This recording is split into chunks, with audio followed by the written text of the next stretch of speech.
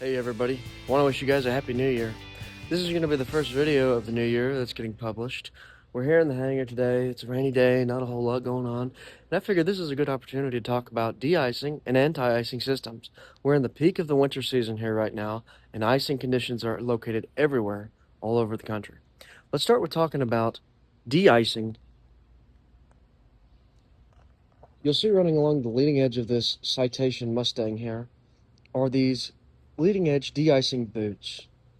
Now, the way that these de-icing boots work is anytime you have a buildup of ice on the wings, these boots will actually expand and it's going to break the ice off of the leading edge of the wing.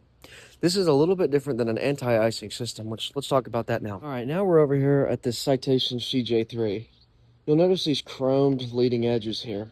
These are heated leading edges. This is an example of an anti-icing system. These leading edges here, they heat up, which prevents the buildup of any type of icing on a smaller airplane like a 172 or any of these airplanes here. Your pitot tube, which measures your airspeed and gives you an airspeed indication in the cockpit, they are also heated. It's called pitot heat. Pitot heat works by heating up the pitot tube, preventing the buildup of icing in the leading edge of the pitot tube, which would be bad because if you have a pitot tube blockage on the leading edge, you're not going to have an airspeed indication. Also want to mention on the topic of anti-icing and de-icing measures, there's another system called the weeping wing.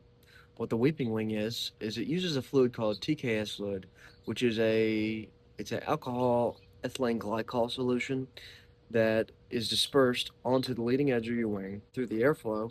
It's going to spread out on the wing. Well, this is an anti-icing and de-icing measure because what it does, it's actually pretty cool. It chemically lowers the temperature or the freezing point of moisture in the air hitting your wing. And these chemical bonds that are created from it makes it a lot harder to create any type of ice buildup on your leading edge. It pretty much is going to slide right off. Now, there's some limitations to this system because, one, your TKS fluid is stored in tanks, which means there's a limited supply of TKS fluid. Now, normally you have a few hours worth of supply, but you have to know that limitation because you can run out. It's totally possible to do that.